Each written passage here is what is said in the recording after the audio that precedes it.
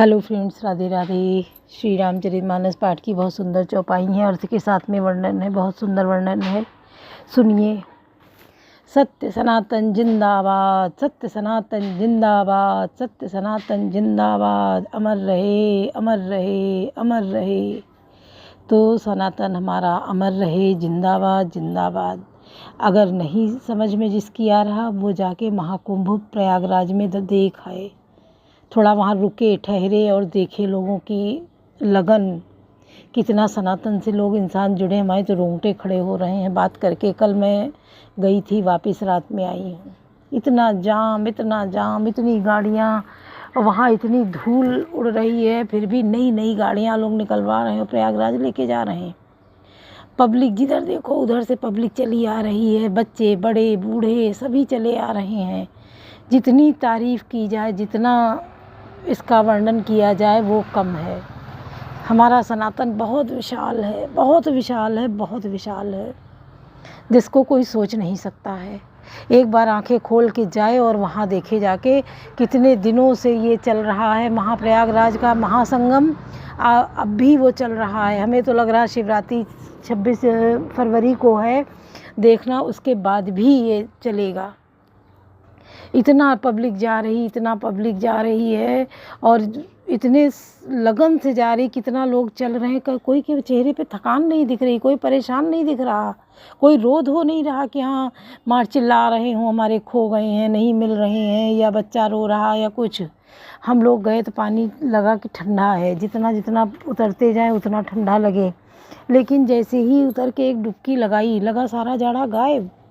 फिर उसमें बच्चे, हम लोग कितनी देर नहाए हैं पता ही नहीं, कोई ठंडक का अता पता नहीं। फिर नहाने के बाद बाहर निकले, वो अच्छा लगा कि जिसका हम बता नहीं सकते हैं, इतना अच्छा लगा।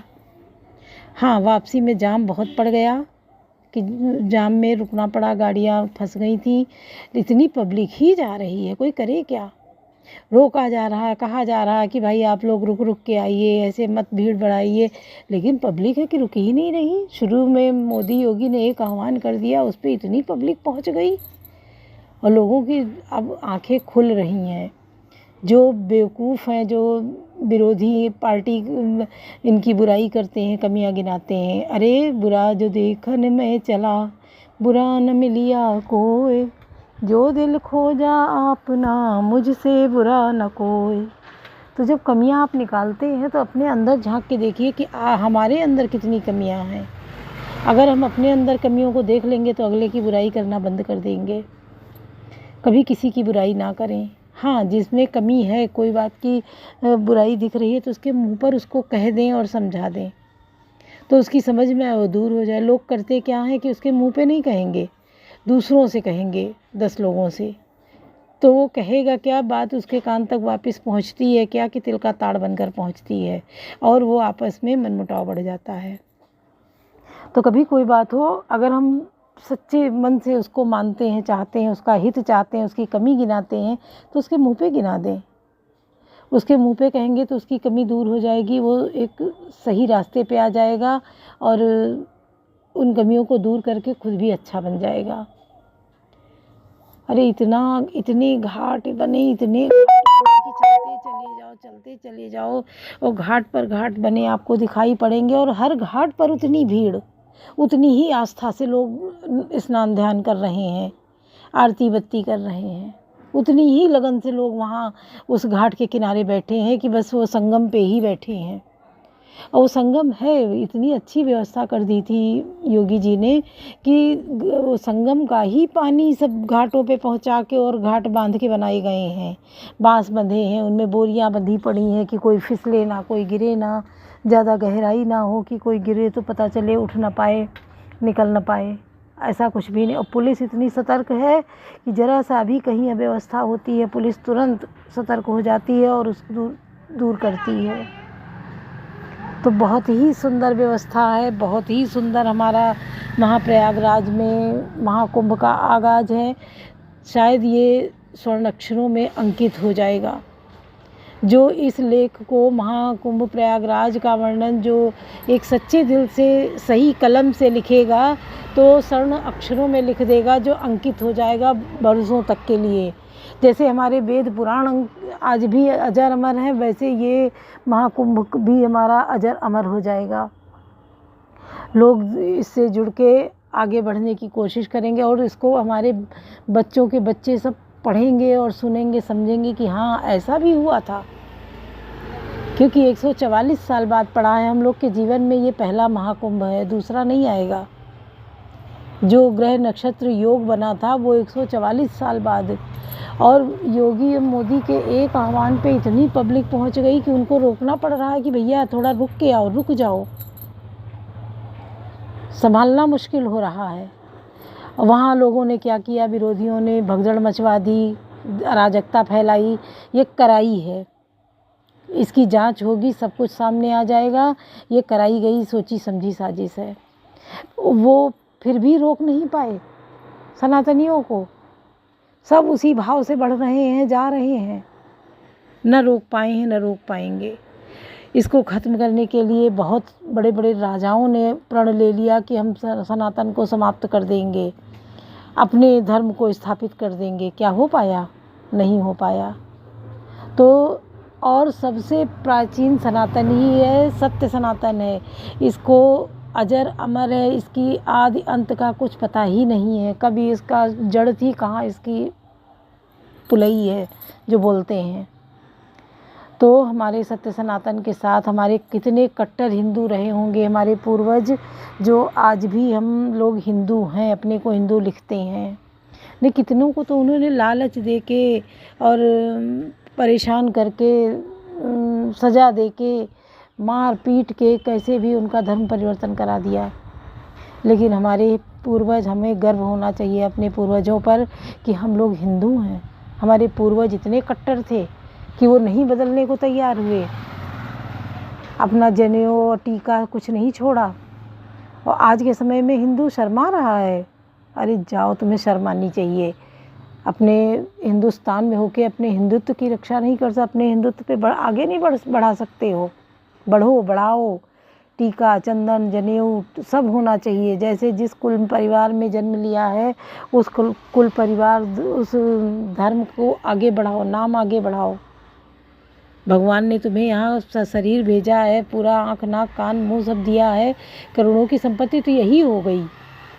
फिर ये ताना क्यों दो कि हमारे माई बाप ने हमारे लिए कुछ नहीं छोड़ा, हम कैसे आगे बढ़ें, क्या करें। ये अपने को बचाने के लिए दूसरों को दोष देना है। तो दूसरों को दोष मत दो। तुम्हारे अगर हाथ पैर नाक कान मुंह सब सही है तो करोड़ों की संपत्ति तो तुम खुद अपने साथ लेके चल रहे हो, उसके सहारे आगे बढ़ो। मोदी ने इतना बढ़िया रास्ता दिखाया है, कौशल विकास और छोटे छोटे लोन दे के। अरे छोटा काम शुरू करो, उसी से पैसा बढ़ाते बढ़ाते बढ़ाते जाओ। बिजनेस में हाथ पैर लग जाते हैं दौड़ने के लिए। अगर आप सच्चाई, ईमानदारी और कर्तव्यनिष्ठ हैं, मेहनत से कर रहे हैं, आपका बिजनेस दौड़ने लगेगा। बस ईमानदारी और मेहनत होनी चाहिए, सच्चाई और मेहनत। सही सामान हो, ईमानदारी के साथ दाल में नमक के समान खाओ, पब्लिक दौड़ दौड़ के आपके पास आएगी, ले जाएगी सामान, इंतज़ार करेगी कि अगर आप नहीं हैं तो कब मिलेंगे और वो आके आपसे ले जाए। तो इन चीज़ों पे आप लोग ध्यान दीजिए, हमारी बातों पे। जो आपको ठीक लगे तो शेयर भी करें, कमेंट करें और लाइक सब्सक्राइब करें। कमेंट करके ज़रूर बताएं, अपनों को भेजें, क्योंकि बात बात से बात बनती है, बात बात से बात बिगड़ती है। अगर हम अपनों को ये भेजेंगे तो 10 लोगों ने सुना है तो उसमें 2 के अंदर ज़रूर मन बदल जाएगा, और मन बदल जाएगा तो घर परिवार आपका अच्छा हो जाएगा, माहौल बढ़िया हो जाएगा घर का, घर की दिक्कतें परेशानियां दूर हो जाएंगी। उन परेशानियों को दूर करने के लिए हमें अपने सनातन से जुड़े रहना है, आगे बढ़ाना है। और इसीलिए हमने शुरू में ही सत्य सनातन जिंदाबाद बोला है। जिंदाबाद है, जिंदाबाद था, जिंदाबाद रहेगा, और उसे हमें जिंदाबाद बनाए रखना है। कितनी पब्लिक, कितने लोग, महिलाएं, बच्चे, बूढ़े, अरे कितनी बूढ़ी बूढ़ी औरतों को लोग छड़ी के सहारे टिका के ले जा रहे हैं इस भीड़ में। अब भड़काने वाले कह रहे हैं कि वहाँ जाओगे भगदड़ मच जाएगी, वहाँ आगजनी हो जाएगी। सुखाज कठिन जग माही, जो नहीं हो तात तुम पाही। सब मंजनते मंचु एक सुंदर विशद विशाल, मुनि समेत दो बंधुता बैठा रे महिपाल। कवन सो काज कठिन जग माही, जो नहीं होई तात तुम पाही। सब मंचों से एक मंच अधिक सुंदर, उज्ज्वल और विशाल था। स्वयं राजा ने मुनि सहित दोनों भाइयों को उस पर बैठाया। प्रभु ही देखी सब नपी हारे, जन राकेश उदय भय तारे। अधिपति सबके मन माही, राम चाप तोरब एक नाही, तोरब सक नाही। प्रभु को देखकर सब राजा हृदय में ऐसे हार गए, निराश एवं उत्साहहीन हो गए, जैसे पूर्ण चंद्रमा के उदय होने पर तारे प्रकाशहीन हो जाते हैं। उनके तेज को देखकर सबके मन में ऐसा विश्वास हो गया कि श्री रामचंद्र जी ही धनुष को तोड़ेंगे, इसमें संदेह नहीं है। बिनु भंजो भव धनुष विशाला, मेलहि सिय राम उर्माला। अस विचारी गवनो घर भाई, जस प्रताप बल तेज गमाई। इधर उनके रूप को देखकर सबके मन में यह निश्चय हो गया कि शिव जी के विशाल धनुष को जो संभव है न टूट सके, बिना तोड़े ही सीता जी की श्री रामचंद्र जी के गले में जयमाल डालेंगी, अर्थात दोनों तरह से ही हमारी हार होगी और विजय श्री रामचंद्र जी के हाथ रहेगी। यूँ सोचकर वे कहने लगे, हे भाई, ऐसा विचार कर यश प्रताप बल और तेज गंवा कर अपने घर चलो। भय से अपर भूप सुनिपानी, जे अविवेक अंध अभिमानी। त्योरे धनुष ब्याह होगा, बिनु तोरे को कुंवर ब्याह। दूसरे राजा जो अविवेक से अंधे हो रहे थे और अभिमानी थे, यह बात सुनकर बहुत हंसे। उन्होंने कहा, धनुष तोड़ने पर ही विवाह होना कठिन है, अर्थात सहज ही में हम जानकी जी को हाथ से जाने नहीं देंगे। फिर बिना तोड़े तो राजकुमारी को ब्याह ही कौन सकता है। एक बार कालों किन हो सीत समर्जित अब हम सोऊ, या सुनि अवर महिप मुस्काने। धर्मशील हर भगत सयाने, काल ही क्यों न हो एक बार तो सीता के लिए, उसे भी हम युद्ध में जीत लेंगे। या घमंड की बात सुनकर दूसरे राजा जो धर्मात्मा हरिभक्त और सयाने थे मुस्कराए। कवन सो काज कठिन जग माही, जो नहीं होई तात तुम पाही। सिय ब्याहि राम गर्भ दूरी करि नपन के, जीति को सक संग्राम दशरथ के रन बांकुरे। कवन सो काज कठिन जग माही, जो नहीं होई तात तुम पाही। उन्होंने कहा, राजाओं के गर्भ दूर करके जो धनुष किसी से नहीं टूट सकेगा, उसे तोड़कर श्री रामचंद्र जी सीता जी को ब्याहेंगे। रही युद्ध की बात, सो महाराज दशरथ के रण में बाकी पुत्रों को युद्ध में जीत ही कौन सकता है। व्यर्थ मरऊ जनि गाल बजाई, मन मोद कन की भूख बुताई। सिख हमारी सुन परम पुनीता, जगदम्बा जानऊ जी सीता। गाल बजाकर व्यर्थ ही मत मरो, मन के लड्डुओं को से भी कहीं भूख बिचती है। हमारी परम पवित्र निष्कपट सीख को सुनकर सीता जी को अपने जी में साक्षात जगत जननी समझो। उन्हें पत्नी स्वरूप में पाने की आशा एवं लालसा छोड़ दो। जगत पिता रघुपति विचारी, भरी लोचन छबिलेव निहारी। सुंदर सुखद सकल गुण राशि, ए दो बंधु शंभुवासी। और श्री रघुनाथ जी को जगत का पिता परमेश्वर विचार करने से भरकर उनकी छवि देख लो। ऐसा अवसर बार बार नहीं मिलेगा। सुंदर सुख देने वाले और समस्त गुणों की राशि ये दोनों भाई शिव जी के हृदय में बसने वाले हैं। स्वयं शिव जी भी इन्हें सदा हृदय में छिपाए रखते हैं।